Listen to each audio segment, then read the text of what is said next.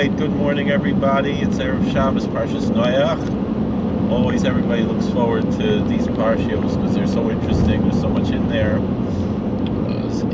So much time that's covered in Bereshis and Noah.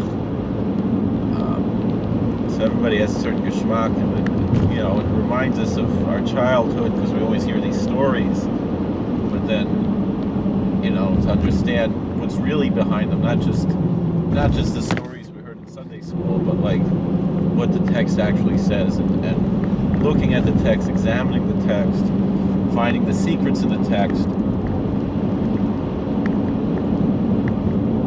But today I'm all over the place. I have a lot of things on my mind I want to talk about, but I think it's always good to start with Divrei Torah. So maybe I'm thinking I'm going to make a few short videos instead of just one long video. I think that might be more attainable. And if we make them, we make them. Let's see what happens. I kind of put myself on autopilot when I make these videos. So, recognize, not that God is my co-pilot, but God is my pilot, and I'm just here for the ride. And that's what we all have to really recognize. That's part of the challenge of life, is to recognize things like that. That's a big lesson in Parshas Noah. To be able to have that faith. We were talking about at work on Wednesday. We were learning together, and we were discussing these issues, and how Abraham's faith was greater than Noah's faith. And Noah, he didn't go into the ark until the waters of the flood pushed him in, right? Because it says that he went in because of the waters of the flood. And our sages understand that to mean that Noah was also of little faith, that he believed, but he didn't believe. And he believed in God, of course, but he couldn't believe that God would do such a thing as destroy all the earth. And until it was actually happening, even though God told him it was going to happen, he couldn't believe it. So until it happened, it's not necessarily a bad thing. It's recognizing that even a bad, this is a basic idea we have in about prophecy in Judaism, is that a negative prophecy can be turned around,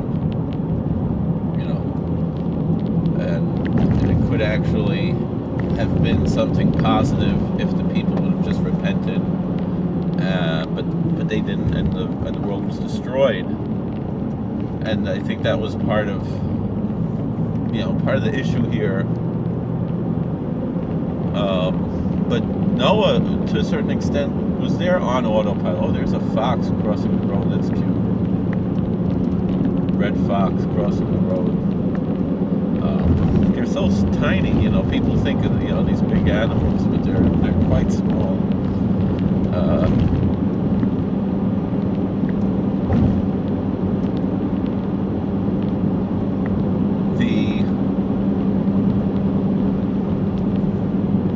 Right by the bridge, could have crossed the river over to Pennsylvania.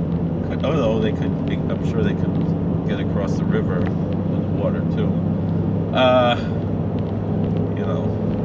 So that fox, his elder Zeta was on the ark with Noah. So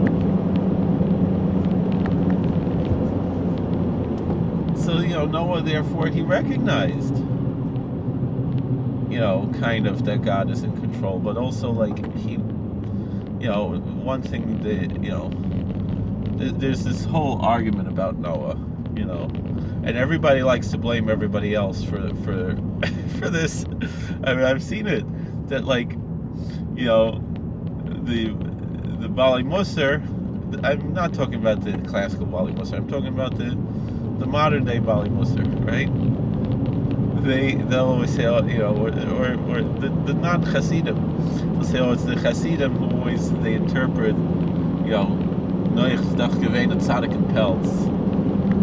And then you'll hear sometimes the Hasidim, they'll say, oh, the Balei Musar, they say Noach Zdach Gevein Tzadik and Peltz,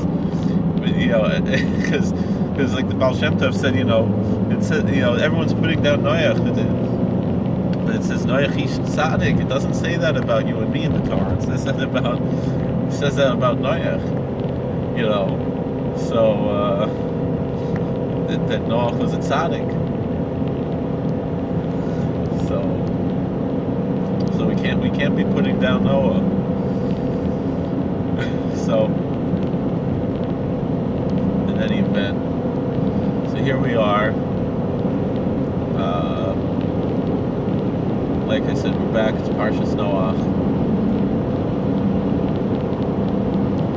and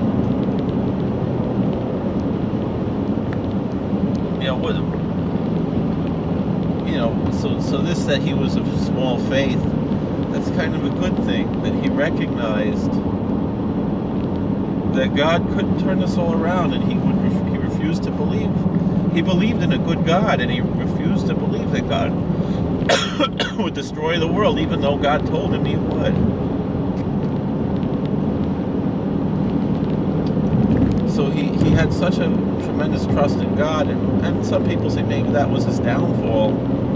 When we get to those who criticize Noah, saying he was a tzaddik and pelts, that he didn't go around trying to missionize people to save them, and literally, physically, materialistically save them from the flood.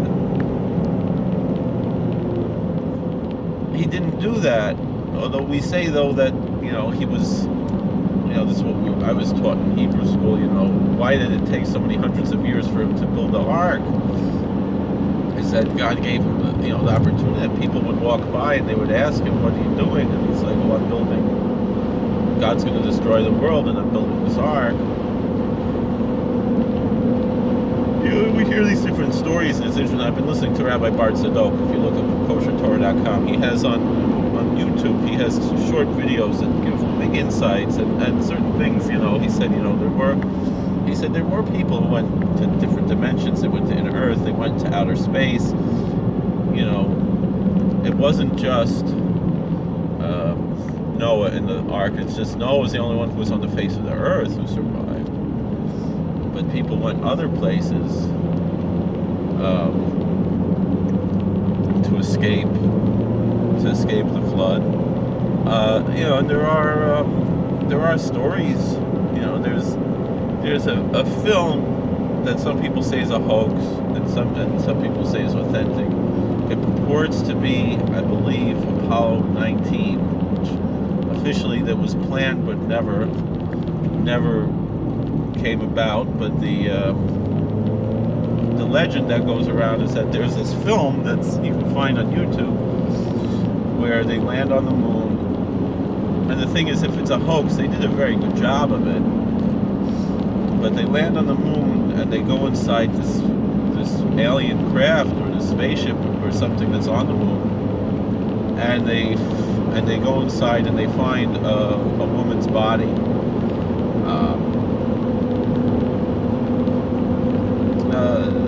The woman kind of looks like could be paper mache or clay or wax figure or something, but it could also be that it was sitting there on the moon for 3,000, 4,000 years, 5,000 years, whatever. So there are people who have interpreted that video or who claim that they have knowledge that that video is actually not of a spaceship that originated off of this planet, but rather one that originated on this planet before the moon. And they have this whole story about, and this was a very wicked woman, a very evil woman, all kinds of weird stories about this. And that's the reason why we haven't been back to the moon, because we were told not to come back to the moon. There are still civilizations there that perhaps came from Earth before the flood and colonized the moon and aren't interested in us being there. The antediluvian, very advanced technology that they have pre-flood. It's an interesting idea. Am I saying this is gospel truth? No. Am I saying that it's not true? No, we don't know.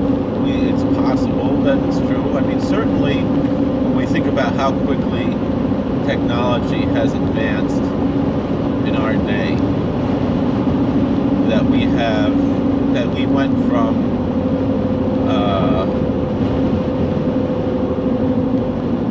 the Wright brothers. I was going to say the Marx brothers. The Wright brothers in 1903. The Marx brothers were a little later than that. So the Wright brothers in 1903 to getting to the moon in 1969. 66 years from the first man, self-propelled flight to the moon. 66 years. Can you imagine? From Adam until Noah, those 2,000 years or so. A little bit less than that, 1,500 years. They're about 1,700 years. How much? I guess it's about 1,400 years. How much technology could have advanced? And not only that, but Rabbi Bart Sadok was discussing that there was technology that also would have existed even after the flood. That some of these things were saved, and that even to the point where the Tower of Babel was perhaps some kind of a spacecraft. And he has comments about what that is. Again, these are all speculative. Don't take it necessarily at face value. Don't think I'm some kind of kook. But it's all interesting stuff, and people like to hear about stuff like this, and I find it interesting, and it's certainly possible. Certainly possible. I mean, I remember even Rabbi Yigal Chaimov, Rosh Hashiva in Queens, he said that that even already, at the time of Paro, even later in history, they still had advanced technology, and that the technology that they had then was more advanced than what we have today, and that and I remember he was saying this about 10, 15 years ago. And he said, like the computers that we have today, it wasn't like advanced like we have now. I guess more than that. Maybe 20 years ago already. I heard him say this. Before we had these smartphones and everything, he said, they wouldn't even give something like this to a little baby in the time of the Egyptian bondage. Fascinating ideas. I don't know where he got that idea from, but it's an interesting idea. Meaning, so when was all of this lost? It was lost in the Dark Ages. It was lost, and there's all these issues of ancient technologies, and I think that's a little far-fetched to say that they were so advanced, in Egyptian times, as far as that's concerned. But there's evidence of other advanced technologies that we don't even have today, and also what we call today black magic or whatever, and we think is myth, and is actually a form of technology. It's not even like it could be considered. It is a form of technology.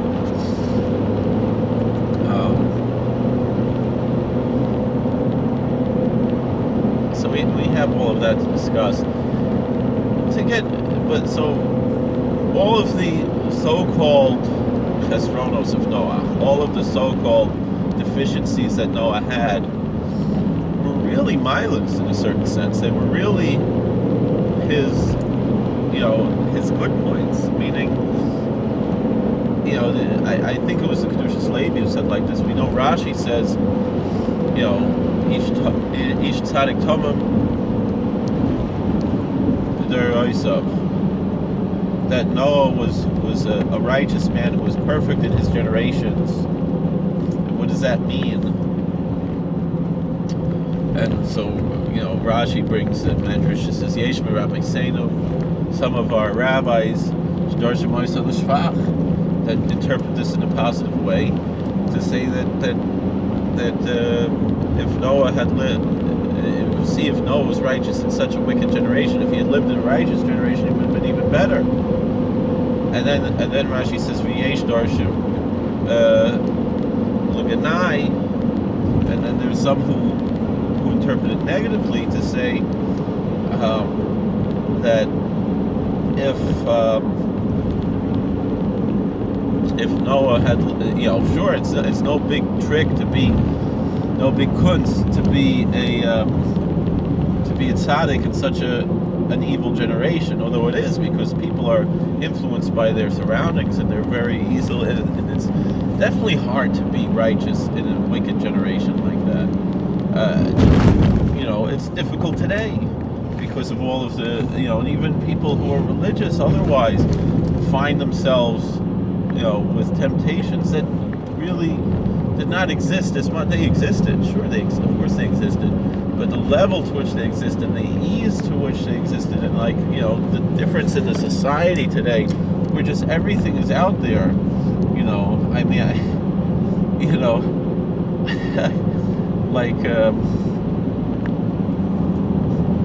And this is maybe not the most appropriate thing, but there's a lesson in here, and Rabbi Weinberger told us. I never even saw this movie, but Rabbi Weinberger told us this about this. It was a movie with Woody Allen, and in this movie, like here, the Woody Allen character, he's a little kid, and he goes to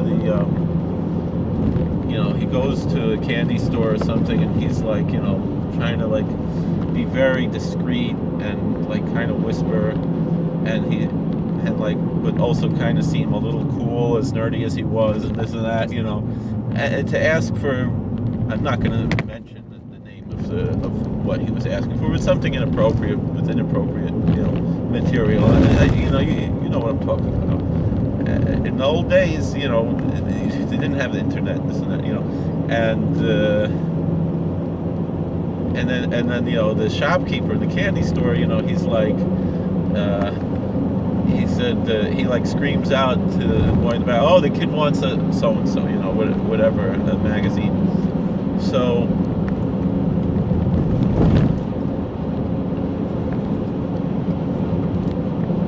so that means to say, like, it's,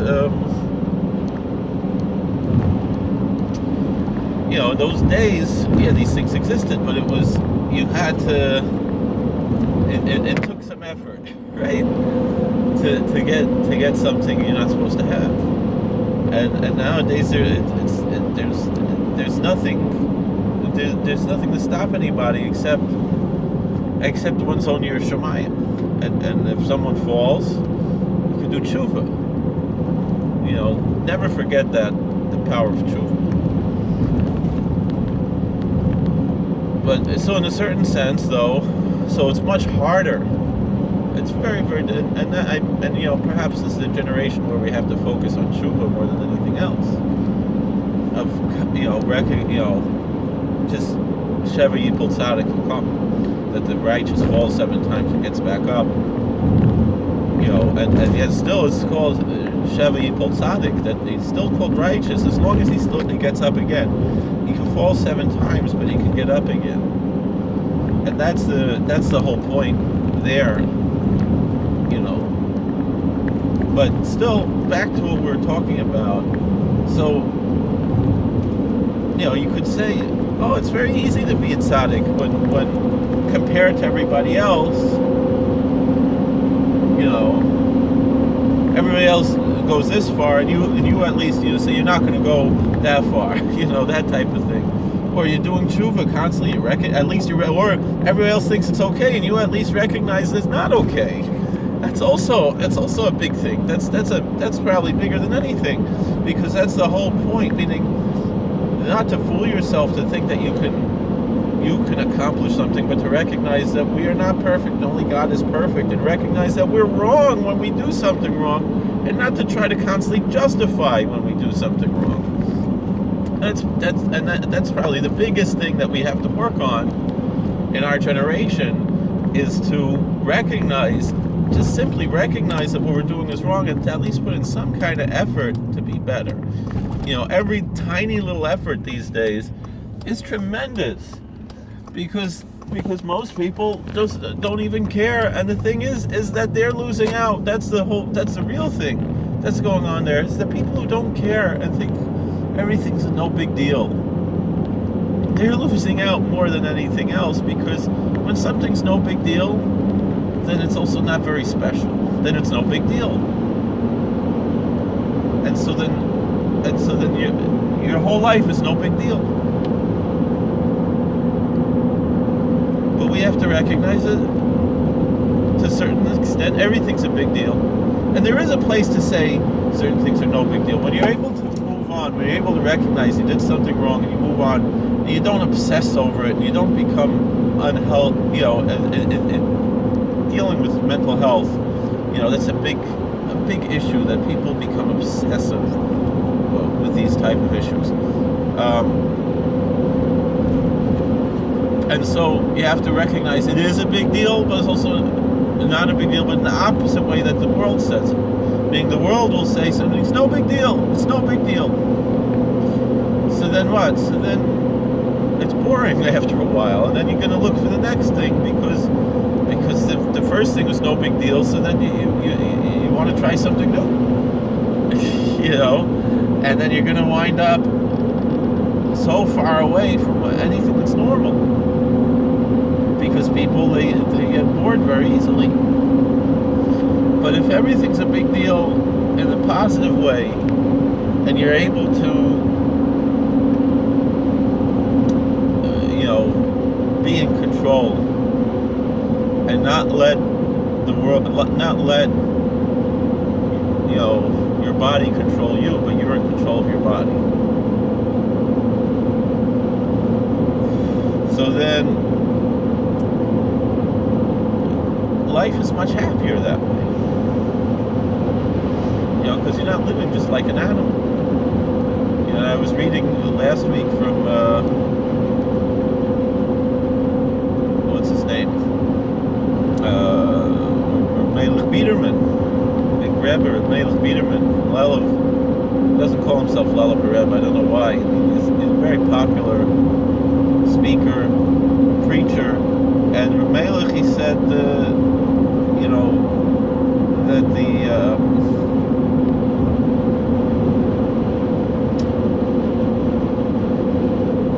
that from Rabbi Chanan Wasserman. I was talking to Rabbi Fishbane last week, I think it was Shabbos or Sunday. We were talking about Rabbi Chanan Wasserman because Rabbi Fishbane, when he was a little child, Rabbi Chanan Wasserman stayed in his home, and he said he could still picture in front of his face Rabbi Chanan.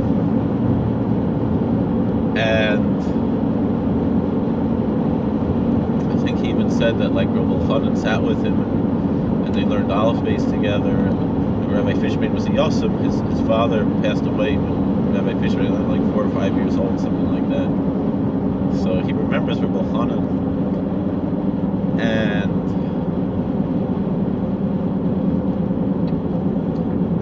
Rabbi Biederman brought that Rabbi Chanan said that if a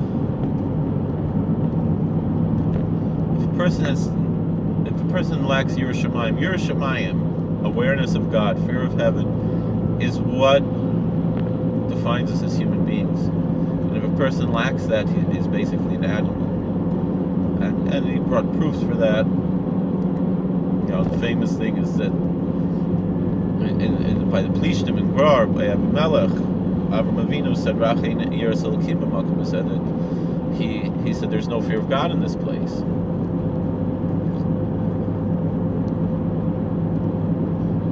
Alright, though it's interesting because I wanted to say something opposite about that, but that's really for a different video. Already been yammering on for 24 minutes. So, and I didn't even get to the punchline of what I was saying from Rashi, with how the Kedushas Levi, I believe it was the Kedushas Levi, interprets that Rashi, where Rashi says, there's some of our rabbis who interpret this positively, that Noah, he was righteous in his generation. If he was righteous in such an evil generation, imagine what he would have been in the generation of Abraham. And then there were some who interpreted negatively that no, if he had lived in the time of Abraham, he would have been nothing. He would have been nobody. And so it's no big deal to be righteous in a wicked generation, because you're just better than everybody else. You're a big fish in a small pond.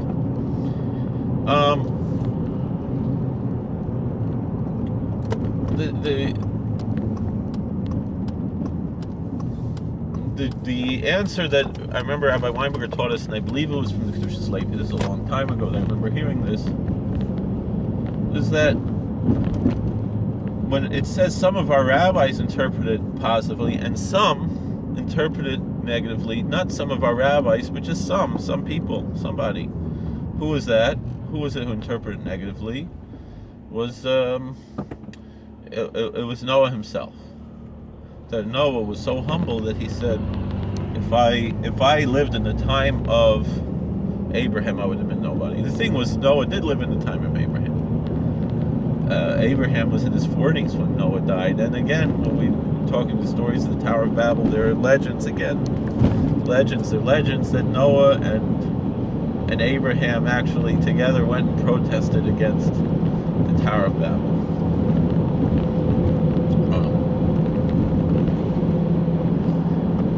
Now, so I want to make this video less than a half hour. One more idea. This is one we always talk about is Tzoyar Tasla Teva, Tevas Noah. Reb Nachman Breslover has a very famous Dvar Torah. Tzohar Tasla Teva. You should make a light, some kind of a light or a window or something for the Teva, which we translate as ark. But the word Teva also means word. Like we call initials, abbreviations, well, not abbreviations, initials, Roshei Tevos, the heads of the words, make the first letter of the words, make an acronym.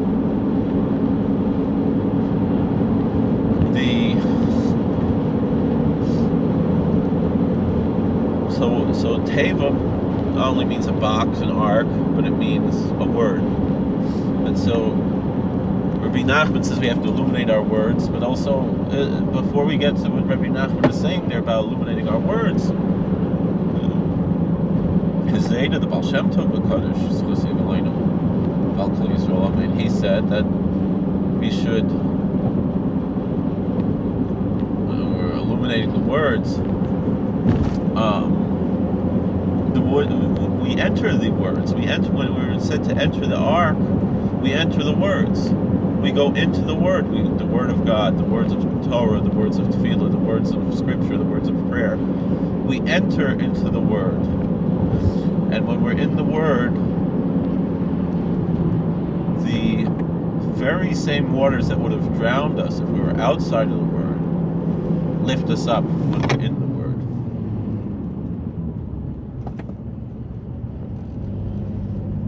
Think about that.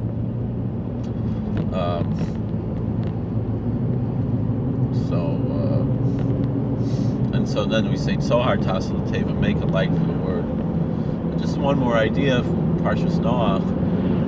Rav Hutner said that there were two things that were built there were two buildings that are mentioned in the Torah: the Ark, the Teva, and the Mishkan, the tabernacle. And he said a yeshiva could be one or the other, or a shul or anything. He said for some people, if they're not inside the yeshiva, they're going to drown outside if they go to the public school. Meaning they're thinking of going to public school and they're going to drown. They go in the building of the yeshiva, they'll be rescued. Their lives will just simply be saved. And then the Mishkan is for a further elevation. Is that it's even more that you can go to the yeshiva and become a great person, not just survive but thrive. Say with yeshiva, shul, wherever you go, to be spiritually inspired. Whatever building, and it's important, and it's the idea of the building, because some people say, oh, the nature is my church. I don't need to go to a building. I just go out in nature, and there's a time and a place for that, but there's also a time and a place for a building, and to have a building that's dedicated to God. But again, it's the same thing when you go into these places. It's not just that everything outside is bad, but the things that are outside will lift you up if you're in the Word, or if you're in the Ark, if you're in these edifices, because there is good outside, but you have to know how to use it. And Torah guides us. It's the instruction manual. It's the one that's made by the Maker, the one who understands us, who made all of our society, made us the great artists. Sur Yisrael is Tzior, the rock of Israel, the rock of ages. But the word Sur also is Tzayar, that God is an artist, and He created this beautiful, world for us, and we have to know what's really going on behind the scenes, and that's what Torah gives us. And when we have that, then we have the tools to truly live in the world and make the most of it. A lot of Christians talk about being in the world but not of the world. But to a certain extent, to recognize that God is also in the world, and God is not of the world, of course. And so, God made this world, and so this world is of God. And so if we have to be of God like the world is of God. But if we're like of the world just on the secondary level, then we have something standing in the way. We're missing something. Alright, we're already over a half hour. I've yammered on enough. Thank you for watching. God bless. Please like, share, and subscribe, comment. And we'll see you later. Take care.